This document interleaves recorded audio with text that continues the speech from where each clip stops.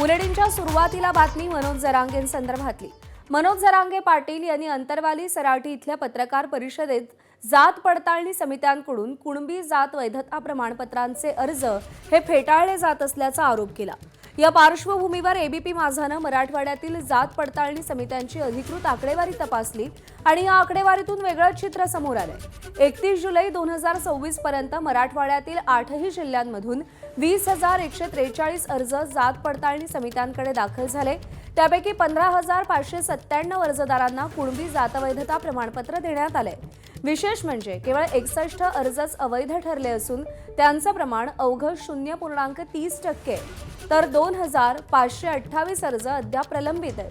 सर्वाधिक अर्ज आणि सर्वाधिक वैधता प्रमाणपत्र बीड जिल्ह्यात देण्यात आली आहेत, तर अर्जांची संख्या कमी असली तरी नांदेडमध्ये अवैध अर्जांचे प्रमाण तुलनेने अधिक असल्याचं या आकडेवारीतून दिसून येत आहे। म्हणजेच अर्ज मोठ्या प्रमाणात फेटाळले जात असल्याच्या दाव्याच्या पार्श्वभूमीवर मराठवाड्यातील अधिकृत आकडेवारीचं वेगळंच चित्र आपल्या समोर आलंय। बहुतांश अर्जदारांना जात वैधता प्रमाणपत्र मिळालं असून फेटाळलं गेल्याचं प्रमाण अत्यल्प आहे।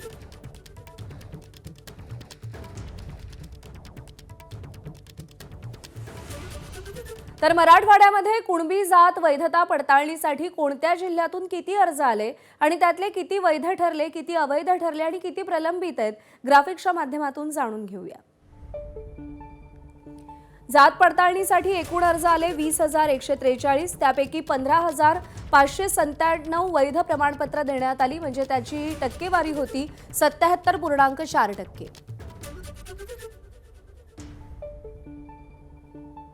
अवैध प्रमाणपत्र 61, म्हणजे त्याची टक्केवारी होती 0.30% आणि प्रलंबित अर्ज आहेत 2,528, ज्याची टक्केवारी आहे 12.55%।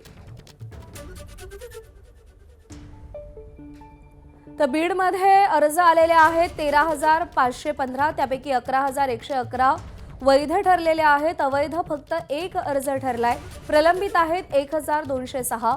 लातूरमध्ये अर्ज आले 1,510, त्यापैकी 968 वैध ठरले, एकही अर्ज अवैध ठरलेला नाही, तर प्रलंबित आहेत 318।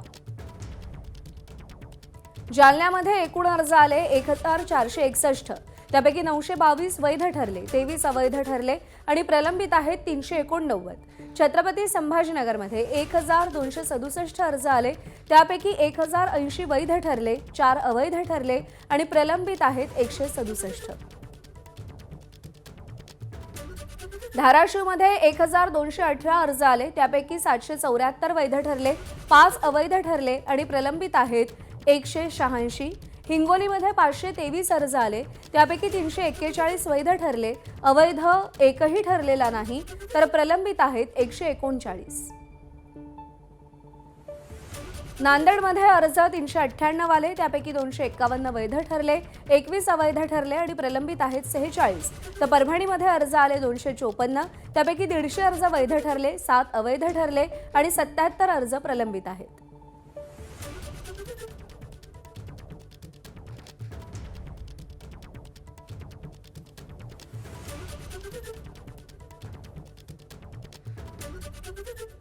तर कुणबी प्रमाणपत्र फेटाळल्याची कारणं नेमकी काय आहेत त्यावरही एक नजर टाकूया।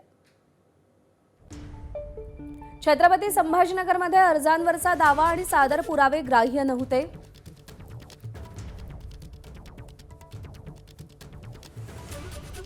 जालन्यामध्ये अर्जदाराकडे कुणबी असल्याचा पुरेसा दस्तऐवज पुरावा नव्हता। धाराशिवमध्ये अर्जदारांनीच दावा मागे घेतल्यानं प्रकरण निकाली निघाली। नांदेडमध्ये कागदपत्रांमधील विसंगती आणि कुणबी असल्याचा पुरेसा पुरावा नव्हता।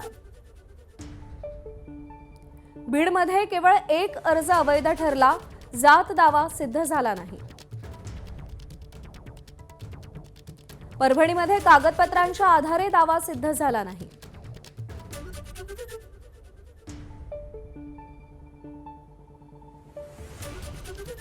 कृष्णा केंडे आपले प्रतिनिधी आपल्याला या सगळ्या संदर्भात अधिक अपडेट देतील।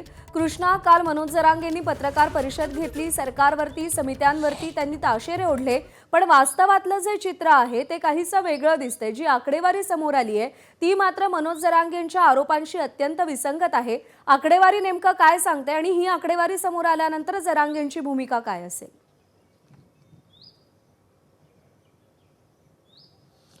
निश्चित जरांगे यांची भूमिका काय आहे यासाठी त्यांच्या प्रतिक्रियेची वाट आपल्याला पाहावी लागणार आहे. मात्र ही आकडेवारी जी दिलेली आहे ती जात पडताळणीची जी जिल्हानिहाय समिती असते त्यांनी आकडेवारी या ठिकाणी दिलेली आहे. आणि माननीय न्यायमूर्ती शिंदे यांची समिती स्थापन झाल्यापासून मराठा कुणबी आणि कुणबी मराठा जात प्रमाणपत्राची ही सगळी आकडेवारी आहे.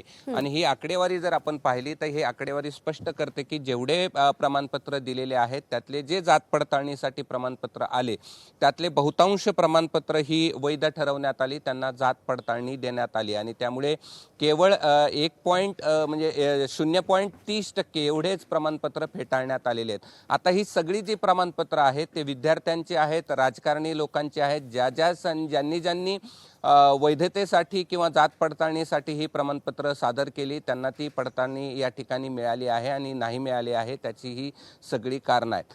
खास करून आपण पाहिलं तर यात प्रलंबित अर्ज आहेत त्याची देखील का प्रलंबित आहेत ते देखील या ठिकाणी सांगण्यात आलेलं आहे. आणि त्यामुळे त्याची जी कारणं आहेत ती देखील आपण प्रेक्षकांना सांगूया की जी प्रलंबित या ठिकाणी ठेवण्यात आलेली अर्ज आहेत त्याची देखील कारणं या ठिकाणी स्पष्ट करण्यात आलेली आहेत. जात त्यातली खास करून संभाजीनगरमधली जात शालेय अथवा महसुली सबळ पुरावा सादर केला नाही. इतर जे जिल्हे आहेत तिथं काही ठिकाणी त्रुटीची पूर्तता करण्यात आलेली नाही. त्याचबरोबर मानवी दिनांकापूर्वीचे शालेय महसूल पुरावे नसल्यानं त्या ठिकाणी प्रलंबित ठेवण्यात आलेले आहेत. जात नोंद असलेल्या शालेय अथवा महसूल विभागाचे पुरावे सादर करण्यात आलेले आहेत, कमी पडलेले आहेत असं देखील सांगितलेलं आहे. समितीसमोर तपासाची प्रक्रिया सुरू असल्याचं देखील त्यामुळे काही ठिकाणी अर्ज प्रलंबित आहेत. आणि आपण एकंदरीतच पाहिलं तर हे जे अर्ज फेटाळण्याचं प्रमाण आहे ते अत्यल्प आहे. आणि त्यामुळे आता या सगळ्यानंतर काल ज्या पद्धतीने मनोज जरांगे पाटील यांनी पत्रकार परिषद घेत सगळे आरोप या ठिकाणी सरकारवरती केले, आता ही त्याची आकडेवारी आल्यानंतर त्यांची काय प्रतिक्रिया आहे